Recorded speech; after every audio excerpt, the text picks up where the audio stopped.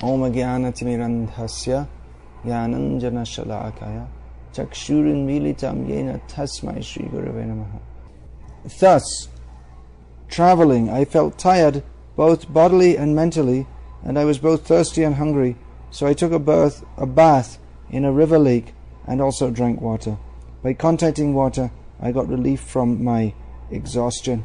Purport: a traveling mendicant can meet the needs of the body, namely thirst and hunger, by the gifts of nature without being a beggar at the doors of the householders. The mendicant therefore does not go to the house of a householder to beg, but to enlighten him spiritually.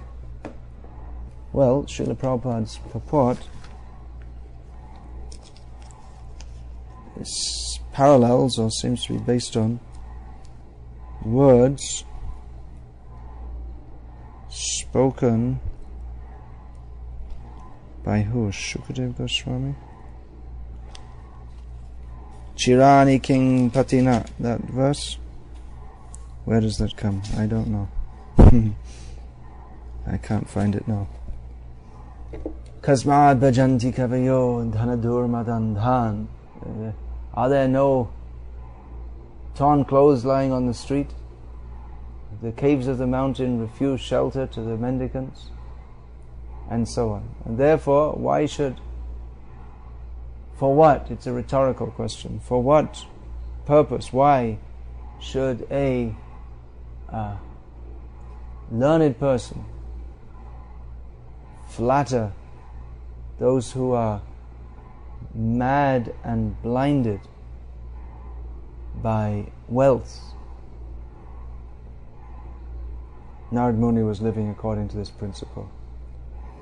Really just taking whatever was available and depending on the Lord. Going through the forests, feeling very tired from much traveling, and then come across some nice river, taking bath, drinking the water. Sounds idyllic, but it's actually a lot of austerity to go alone, young boy, through the forests. Chaitanya Mahaprabhu also went through the forest and was quite happy to do so. He was accompanied by his associate Balabhadra Bhattacharya, going through the forest of Jharkhand. And he would also take bath in the waterfalls, it's described there. And he was going through the winter, so in the winter season, so they would light a fire and he would warm himself with the kashtam apar, it said, unlimited amount of, there's so much wood, there's no shortage of wood. So in this way he was very happy to go through the forest, although we can hardly imagine, people do for pleasure, but in the modern age they go out in the mountains here. There's not much forest, not immediately around here. But people go for pleasure, but first of all they get their heavy boots, their trekking gear, and their map and their compass and all these different things, and they bring their supplies of food and water. But traditionally the mendicants will just go, no shoes, no kamandalu, they'll carry a little water pot. That's all. That's this much water they'll carry. And for food, well, whatever the forest provides. But those who know, they can take fruits and leaves and roots. They know what to take. And it's also described how Chaitanya Mahaprabhu would stop at different villages. From time to time they would come across different villages that would be more towards the edge of the jungle, not in the heart of the jungle. Or if the villages in the heart of the jungle, that would be inhabited by the bhil, or they're still there, the hunter, or very aboriginal kind of people. So it's said that Chaitanya Mahaprabhu would also get them to chant Hare Krishna. So it's actually a very austere proposal in which one has to take shelter of the Supreme Lord.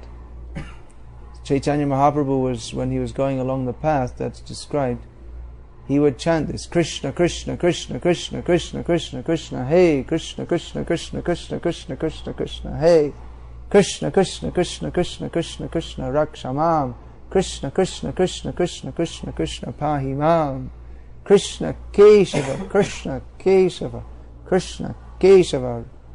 No, before that, Rama Raghava, Rama Raghava, Rama Raghava, Rakshamam, Krishna Keshava, Krishna Keshava, Krishna Keshava, Pahimam, which is praying to Krishna to protect me and maintain me. So the devotee wants to be protected and maintained in devotional service. The sannyasi is going out into the world, doesn't know who he'll meet so many different kinds of people, so he requests Krishna to protect and maintain him in devotional service. And even on the bodily level, he knows that only Krishna is maintaining me and supporting me. These are two of the principles of Sharanagati, or full surrender to Krishna. Rakshishatiti Vishvaso Goptritve Varanam Tata. The faith that Krishna will protect me and Krishna will maintain me.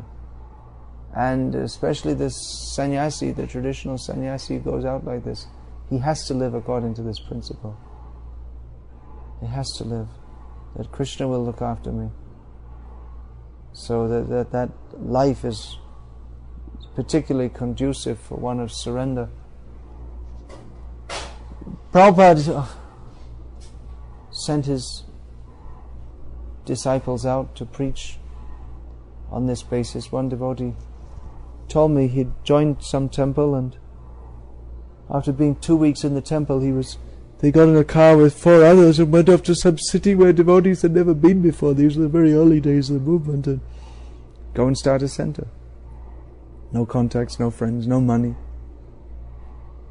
That also, similarly, when Prabhupada was traveling by train from Amritsar to Bombay on the Paschim Express.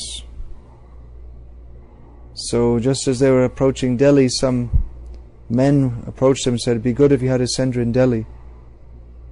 So Prabhupada taught, anyone want to get down instead of going on with us to Bombay, get down in Delhi and start a center. So I think it was Tejas who did. And he certainly came later. But Tejas Prabhu was describing to me how the place to stay, he had a place to stay in a barber shop at night, because during the day it was being used as a shop. So that was his accommodation. And he would stay there at night, and that was the accommodation offered him. And during the day he'd go out and meet people and preach. He started off with maybe one contact. He didn't know the language. In those days, much less people in Delhi spoke English. He didn't know Hindi, although he learned it pretty quick. You can imagine in those circumstances. He had no where any food was going to come from. He didn't know, and he lived like that for several months with no association, nothing. So, like that, with that spirit, devotees spread the movement all over the world. They went. Prabhupada sent some, go to Japan. They went to Japan. Don't know a word of the language. Don't even the philosophy, the very basic understanding. And they just go they just go and chant in the streets, and with faith in, practically their faith was in Prabhupada, that Prabhupada sent us and Krishna will look after us, and they went on like this, and in this way the movement was spread. In the early days, just with faith that Krishna will look after us, Krishna will protect us. Let us try to do something for Krishna. And there were a lot of struggles in the early days. And the struggle made devotees strong and made them see Krishna. That there's a very wonderful visual recording of Shyamasundar Prabhu, the original, speaking his memories of Krishna consciousness in the early days in San Francisco with Prabhupada. it's very wonderful, because just half the time he's just fighting back his tears, and not always successfully. He's speaking very animatedly. It's only 1 hour, I'm sure there must have been more. He's saying that we saw Krishna all the time. Just like, for instance, we'd have no money, and then we'd just be walking down the street early in the morning, and we'd see all these we saw these dollar bills, $100 bills, just flying around in the breeze, and we'd catch them and take them. And we saw this was Krishna. Krishna came to us because we were trying, and we had nothing, and just Krishna came to us. So that's struggle, and it is a struggle. I mean, I've experienced myself, particularly in Bangladesh and Thailand, especially in those places, struggle under not well in difficult circumstances, but gradually things develop, and when you look back, you're pleased that you had the opportunity to do it. Not everyone has that opportunity to do so. You could just could have left in that situation and gone somewhere else where there are many devotees and everything's all set up, and you just do your service and prasad is provided, and it's relatively comfortable. Of course, there's always some austerity in devotional service, but to be in circumstances where you don't know what's going to happen, doesn't look like anything's going to happen ever, anything worthwhile, but just struggling on with the idea that, well, anyway, Krishna's put us here for some reason, and it's our duty to try, and that actually helps to make devotees very strong, and you definitely get the blessings of Krishna by struggling in such circumstances. So I encourage you to go on with the struggle. It will be difficult. It will be difficult, no doubt. But by doing so, you get the mercy of the acharyas and Krishna that struggle to do so. It may not look very significant what you're doing, but and in terms of actual preaching results, it might not be. But that's how things develop eventually. Just like I was saying, they went to Japan, and nothing ever really happened much there. Even today, they have made a few Japanese devotees, but it's a long, slow, hard struggle. But something has happened. Many books have been distributed. Some Japanese devotees were made, and now at least there's some Indian devotees there who are taking interest in Krishna consciousness. So. But you never know. You never know when things. It may be for many years struggle, and then things just flourish. And just like Prabhupada, he was struggling for many years actually in India, trying to get some preaching movement going. And he actually did get some preaching movement going, a league of devotees, but then it just kind of imploded all of a sudden. And then he was trying, and then he went to America, and still there was no sign of any real progress. A few people were coming round, but no one was taking it very seriously. And every month Prabhupada would go to the Scindia Steam Navigation Company offices and ask about, well, when is the next freighter with passenger accommodation going? He was thinking going back, but then he thought, no, well, maybe I'll just try a little longer. And he went on, and there was no sign of anything really substantial happening, but it did. Due to what? Who can say exactly? Krishna's desire, Chaitanya Mahaprabhu's desire, Bhakti-siddhanta Saraswati Thakur's desire, Prabhupada's desire, Prabhupada's patience, his determination, his humility to clean up after the hippies and cater to them. That's described the first initiation ceremony. They didn't know what they were doing, and they liked it because there was a feast. That was good. So then they all went home, and Prabhupada, the Guru, was left to clean up. Hey, that was a great feast, Swamiji. Thanks a lot. See you later. And they went off, leaving him to clean up. But gradually, it's described in Lilamrita, Kirtananda was the first who got the idea. He's the first one who asked to help. Can I help? He was the first one to say that after several months. I think he was initiated also. Prabhupada said, yeah, I was just waiting for someone to say that. And gradually the others got the idea. Kirtananda picked it up, that we should actually help the Swamiji, not just because they were hippies. They had no sense of any responsibility. So, or service to Guru, they're just, freeloaders. What they, free meals, great, and a little mystical Hare Krishnaism or whatever it is. So, okay, that's fine also. So Kirtananda was the first to take up some responsibility, and it slowly developed. But even as things were developing means more difficulties actually. Prabhupada, he said, when I was alone in Vrindavan, I had no difficulty. Austere in some ways, but there was a room, there was prasadam, and he could have just chanted Hare Krishna, and he was, among the people who knew him, he was respected as elderly gentleman from Bengal who had accepted sannyas, was living in Vrindavan, was scholarly, like that. So he was some respect. Everything was there. There was no need for him to come except the need he felt to fulfill the mission of his spiritual master. And the more he developed ISKCON, the more problems were there, because that's just the nature. The bigger enterprise, you have a big enterprise, and there will be so many difficulties. But Prabhupada gladly accepted that in service to Chaitanya Mahaprabhu. Many times he said, you GBC, you just manage and I'll retire and write my books. But he never did. Just leave me alone and I'll write my books. And then you manage everything. But he never did. Because maybe he saw that without him, without his personal involvement, the management just wouldn't go so well. So he felt the need to get involved. So he accepted all difficulties for the service of Krishna. And that's actually even more glorious than the sannyasi who goes away from the world and accepts all difficulties. He accepts many austerities.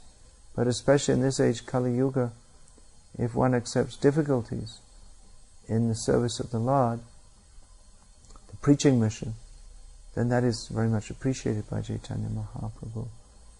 Of course, it's not that one should necessarily invite difficulties. Difficulties will come of their own accord. So, if one can live in a peaceful and healthy manner as far as possible, there's no need to accept further austerities, although one may do so also. But our recent acharyas have shown the example of accepting material facilities and using them in the service of the Lord. So not that one has to live in a very physically austere manner. The austerity is already there in the struggle to preach. So that is very pleasing to Chaitanya Mahaprabhu and all the acharyas. So I can simply encourage you here who have taken this responsibility for spreading Krishna consciousness in Albuquerque and I suppose the surrounding areas also, to go on. And you may not see much result for some time, but be assured that this endeavor in itself is very pleasing to Chaitanya Mahaprabhu, and you will be blessed by him for this endeavor to preach his message in another town and village of this miserable material world. Hare Krishna. Any question or comment? Yeah. The verse itself says, or if you were quoting at the beginning of the class, why should devotees flatter, wealthy people? When they're Why should devotees flatter wealthy people? It was a rhetorical question. Yeah. So, here we are. And well, that was for the sake of maintenance, for bodily maintenance. Why should one go to? Are there no torn clothes lying on the road? Are there no mountain caves to give shelter? Do the trees no longer give fruit? So for the sake of bodily maintenance, why should one flatter those who are blinded and bewildered by wealth? For the sake of preaching, we can approach such persons. We're not against wealth per se. Rather, that is most useful for preaching Krishna consciousness. It's not 100% essential, but it does help. Can be utilized in the service of Krishna. So, to help such persons come out of their blindness and madness by offering something to Krishna, and for utilizing their offering for furthering the Sankirtan movement, we should approach persons to donate for the furtherance of the Krishna consciousness movement. Is that what you're going to say? No, I was asking, I guess I was asking about that, we are kind of like here, and we're flattering, and, we would have to go. I don't know, it's like, my own experience here, maybe I'm just not shameless enough, is that, the Indians we've approached to help have been very disrespectful. And so that's been, for us, kind of like a discouragement to, continue pursuing that. Very disrespectful, huh? Disrespectful, yes. There are new people coming just from India? No. Not so much. Really? That's unusual. Anyway, if the Indians don't help, then that's their misfortune. What do you think? What attempts to coach them? They just don't help, and they're so indifferent.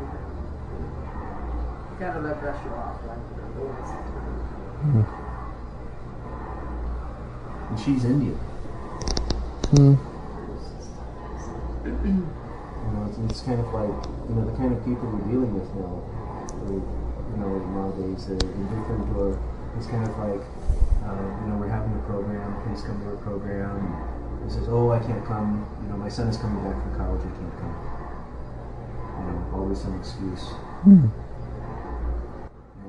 well, that's their misfortune. We started this movement without the help of Indians in the West, so it can go forward. Later they may take interest.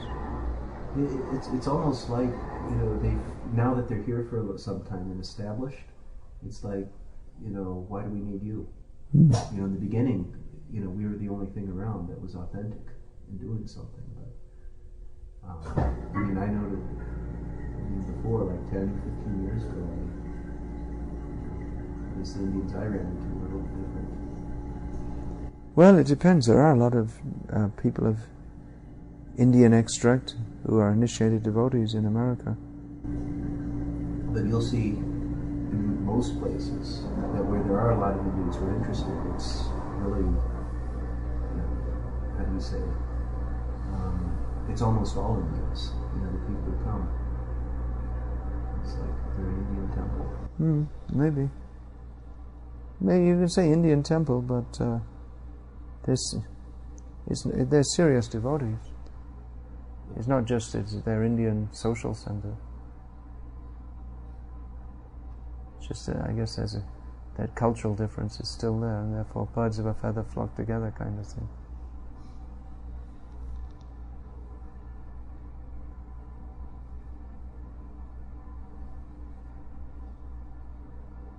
Anyway, there may be so many causes for discouragement, but go on.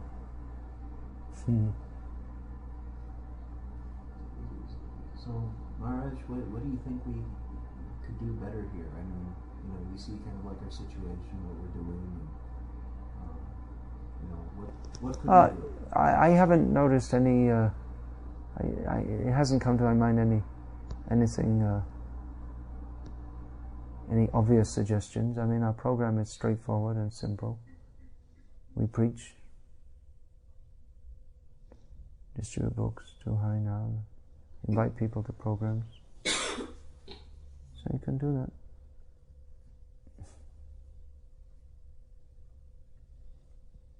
It's the same formula, maybe a little adjustment here and there in different places.